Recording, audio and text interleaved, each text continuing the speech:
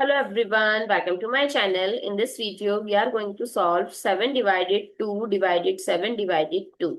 So let's start with today's video solution. What people do, they solve it like this: 7 divided by 2 divided 7 divided by 2, and then they change the sign to division to multiplication and do the reciprocal, cancel out this, and what is left? Only 1. Which is a wrong answer and wrong approach. Yes, you heard it right.